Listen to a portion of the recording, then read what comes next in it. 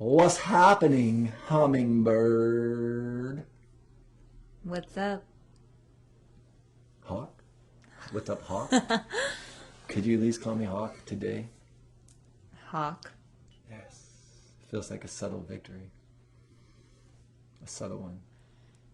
Because I had to ask To you. your controlling nature? To what part of you? To my branding nature. Your branding. It's not controlling, it's marketing and branding. Oh, okay. But if you want to call it control, then you can do that. Oh, thank you for your permission. You're welcome. And what's happening to all of you who are listening right now or hearing? Or maybe you're doing both. I don't know. I'm not really sure what you're doing. But thank you for at least making it 58 seconds. I appreciate that. You might not make it another 58, especially if I keep rambling. So let's introduce ourselves. Who are you, Julie Ariola? Oh, who am I?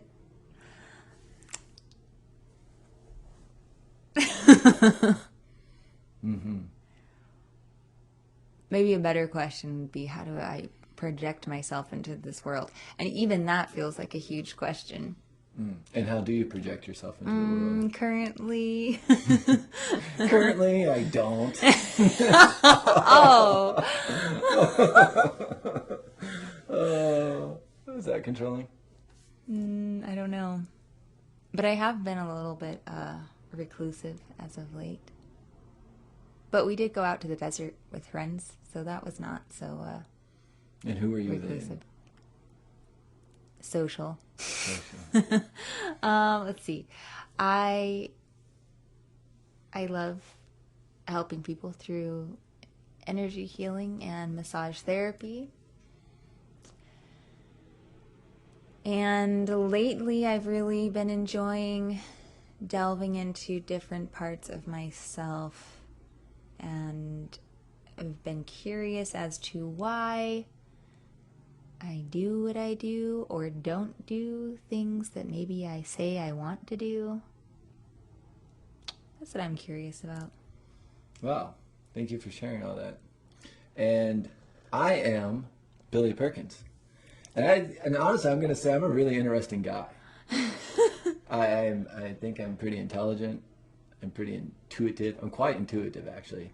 I think intuition might be my superpower. I think I have a unique way of looking at the world. I'm athletic. I'm pretty well-rounded, if you want to know the truth. And that's what makes me good at having powerful conversations with other people. When I'm in the mood. See, I am also a Pisces, so that means also I have to be in the mood. Some people are probably hearing this going, wow, what a cocky asshole. Cool, that could be true too. It's just the mood. Well, or maybe it's just the application of the work.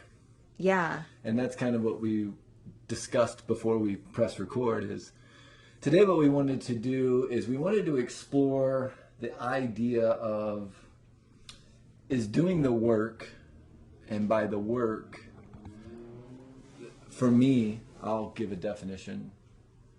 Actually, let's talk about the topic, and then I'll give my definition of the work, and maybe Okay. you could give your definition. Mm-hmm. And then we'll jump into what that means to us. So what we wanted to talk about is doing the work. Is it imprisoning you or is it empowering you? And so what is the work? Well, for me, the work is all of the things that I do from the moment I open my eyes and leave one dream state and enter into another dream state, which we call the waking state. I think that's debatable.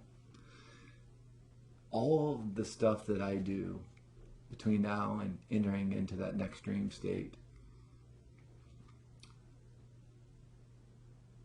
that allows me to partake in an existence that feels freeing, that feels natural, that feels, well, that allows me to feel fully, even, I would say. You know? So maybe that shows up in my emotions and becoming more aware of my emotions and which emotions are showing up when, um, which ones are creating resistance, and which ones are actually opening doors. It shows up in my energetic awareness. Am I just writing everything off and just accepting all the scientific ideas for everything, or am I looking beyond science and accepting there are things that I can't explain, like this podcast and how you're hearing it. I can't explain that. My physical health, we're physical beings. And even if we are part alien, there's a certain thing that we need to do to take care of ourselves. And so part of the work for me is being aware of what I'm using for energy in regards to food and hydration, and how am I moving this frame of mine, how am I breathing? Do I have a practice that allows me to reset? And maybe, again, that's part of movement, maybe that's part of meditation, maybe that's part of rest and recovery.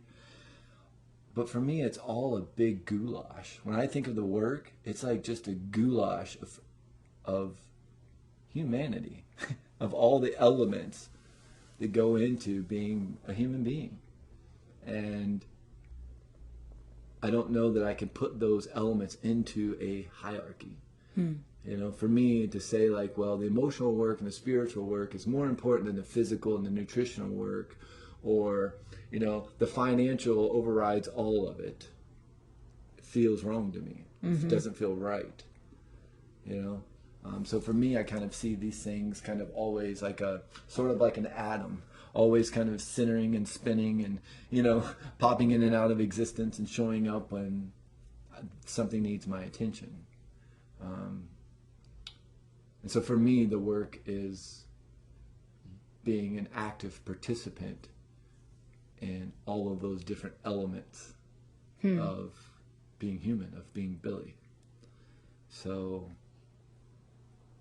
is doing the work empowering me, or do I allow it to imprison me?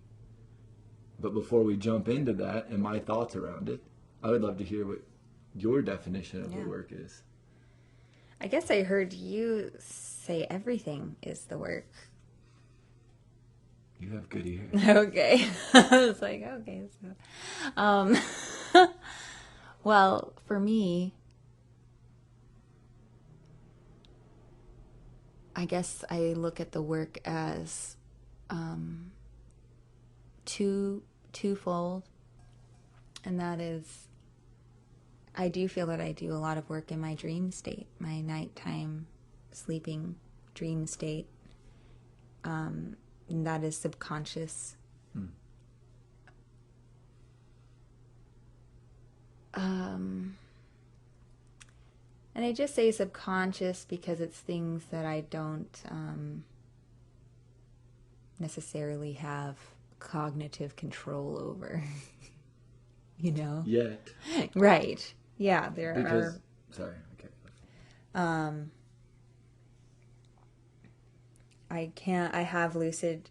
I've had lucid dreams, and sometimes I wake up in my dreams, you could say.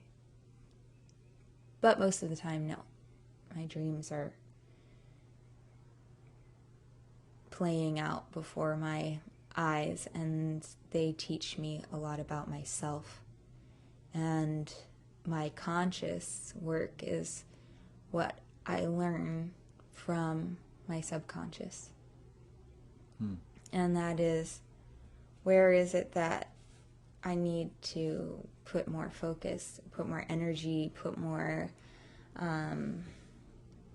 awareness in my life, in my waking life, in the life that I have more perceived cognitive control. So that to me is the work. It's allowing what arises to be present and to be made aware of in my consciousness. And whatever that means at that time, it's different all the time. To give my energy and my focus, my action, my attention to that. Rad. Thanks for saying all that and sharing it. Mm-hmm. So to backstep, you said that it sounds like to you that what I was saying, the work is everything. And to go deeper into that, I think that the work is everything. Even when it feels like you're not doing the work, like someone might say like, might be listening to this and they might be saying, well, I just got a DUI, or I just, stole something, or I just lied to someone, or you did something that maybe you've rationalized in your mind as being not the work. But I would say that even those things are the work, because they're teaching you something about yourself. They're in some way, those things are an expression of you. Right? So you think, I guess I look at the work as something that's very like that is within my awareness, and you look at the work as something that's always happening, that's not really at all, doesn't have to be made aware of at all. No. But no. I don't think, if that's what I'm saying, then I apologize, because that's not what I mean to say, or I'm not articulating myself. What I want to say is